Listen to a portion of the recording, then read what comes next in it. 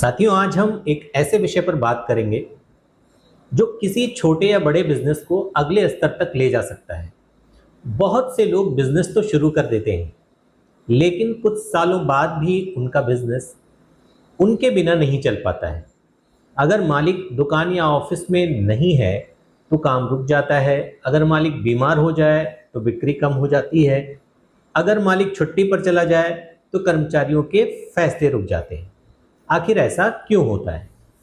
नमस्कार, मैं Arvind, entrepreneur, mentor और आपका ग्रोथ पार्टनर।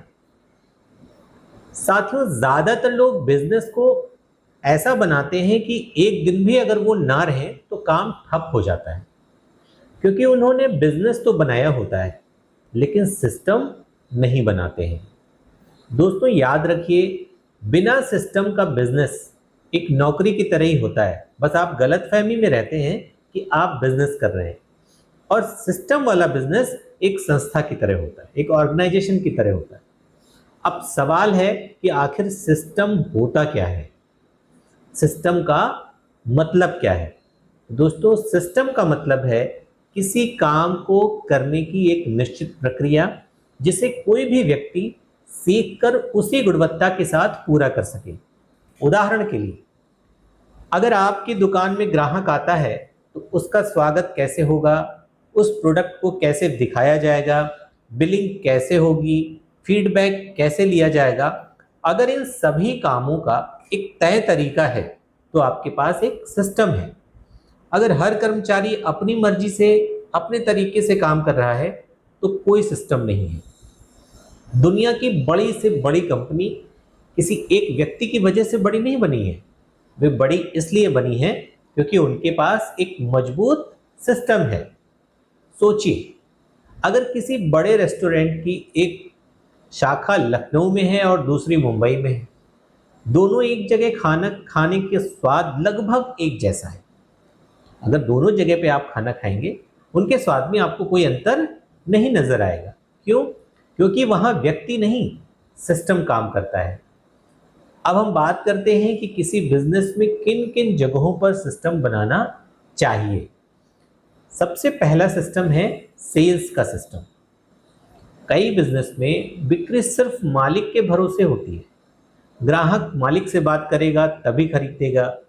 यह स्थिति बिजनेस के लिए बहुत खतरनाक है।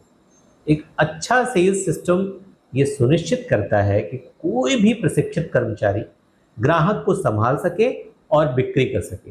सिर्फ मालिक के भरोसे वो बिजनेस नहीं चलना चाहिए। अब ये कैसे होगा? तो इसके लिए एक स्क्रिप्ट, प्रक्रिया और प्रशिक्षण होना चाहिए। बाकायदे एक एसओपी होनी चाहिए। दूसरा है ग्राहक सेवा सिस्टम। ग्राहक सिर्फ प्रोडक्ट नहीं खरीदता, वो अनुभव भी खरीदता है, एक्सपीरियंस भी खरीदता है। अगर ग्राहक को बार बार उसी बात को दोहराना पड़ता है, उसे अच्छा अनुभव नहीं मिलता है, तो वो दोबारा नहीं आता है। लेकिन अगर उसका अनुभव अच्छा है, खुद भी आएगा और दूसरों को भी लाएगा। तो इसके लिए क्या है, उससे बार बार आपको फीडबैक भी लेना चाहिए। तीसरा है भर्ती और प्रशिक्षण का सिस्टम। अक्सर लोग कहते हैं कि अच्छे कर्मचारी नहीं मिलते, लेकिन समस्या कई बार कर्मचारियों में नहीं होती, सिस्टम में होती है। अगर नए व्यक्ति को काम सिखाने का कोई लिखित तरीका नहीं है तो हर बार आपको शुरुआत से मेहनत करनी पड़ेगी। अगर आपने कोई एसओपी नहीं बनाई है, कोई स्टैंडर्ड ऑपरेटिंग प्रोसीजर नहीं बनाया है, तो हर बार आपको सोचना पड़ेगा इसको कैसे बताएं, कैसे सिखाएं, क्या करें। एक अच्छा बिजनेस अपने सभी महत्वपूर्ण कार्यों की एसओपी बनाता है, यानी स्टैंडर्ड ऑपरेटिंग प्रोसीजर बनाता है, ताकि कोई भी नया व्यक्ति जल्दी आए और सीख सके। चौथा है आपका वित्तीय सिस्टम, फाइनेंशियल सिस्टम। बहुत से बिजनेस पैसा तो कमाते हैं, लेकिन उन्हें यही नहीं पता होता कि उनका वास्तविक प्रॉफिट क्या है, वास्तविक लाभ क्या है। ऐसा क्यों? क्योंकि उनका वित्तीय सिस्टम बहुत कमज़ोर है, वीक है।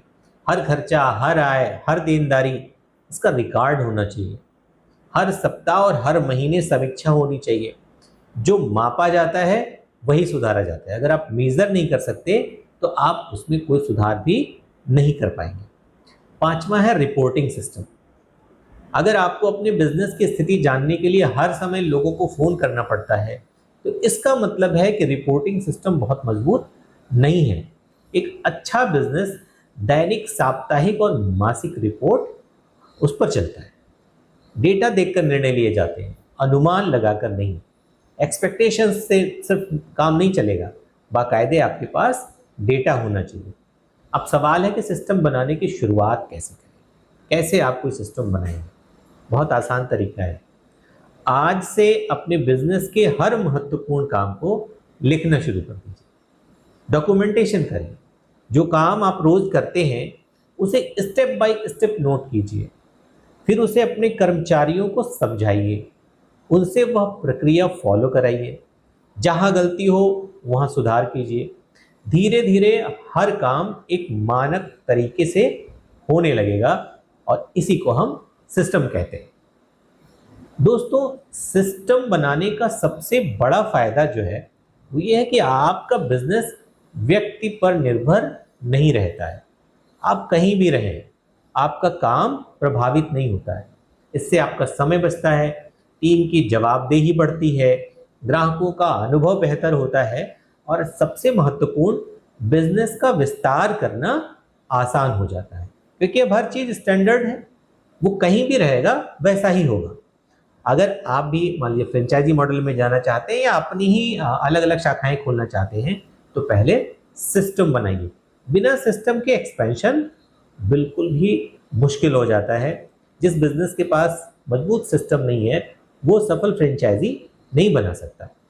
और आखिरी में मैं आपको सिर्फ एक बात कहना चाहता हूँ कि बिजनेस में मेहनत करना ज़रूरी है, लेकिन केवल मेहनत से बड़ा बिजनेस नहीं बनता है। बड़ा बिजनेस तब बनता है जब मेहनत को सिस्टम में बदला जाए। आज आप अपने बिजनेस में सबसे ज़्यादा समय किस काम में देते हैं, उसे पहचानिए, फिर सोचिए कि उस काम को एक प्रक्रिया में कैसे बदला जा सकता है। यही कदम आपको ऑपरेटर से मालिक और मालिक से उद्यमी बनाता है। याद रखिए, सफल बिजनेस में मालिक हर काम खुद नहीं करते, वे सिस्टम बनाते हैं जिनसे काम अपने आप सही तरीके से होता रहता है। उम्मीद करते हैं दोस्तों आपको ये जानकारी पसंद आई होगी। अगर आपको ये वीडियो उपयोगी लगा हो तो इसे शेयर कीजिए, सब्सक्राइब कीजिए और लोगों तक पहुंचाइए। अगर आपकी कोई क्वेरी है तो आप कमेंट बॉक्स में हमें लिख भी सकते हैं। हम ऑफलाइन भी अपनी क्लासेस चलाते हैं जिसमें हम बिजनेस से संबंधित इसी प्रकार की बहुत सारी ट्रेनिंग देते हैं। 1-to-1 इंटरेक्शन से हम आपकी बिजनेस की प्रॉब्लम को समझते हैं और उसका जो करने योग्य समाधान है वो हम आपके साथ डिस्कस करते हैं, आपकी मदद करते हैं कि हम आपके बिजनेस को आपकी मदद से ग्रो कर सकें। तो फिर मिलेंगे किसी और दिन ऐसे ही किसी और विषय के साथ। तब तक के लिए नमस्कार।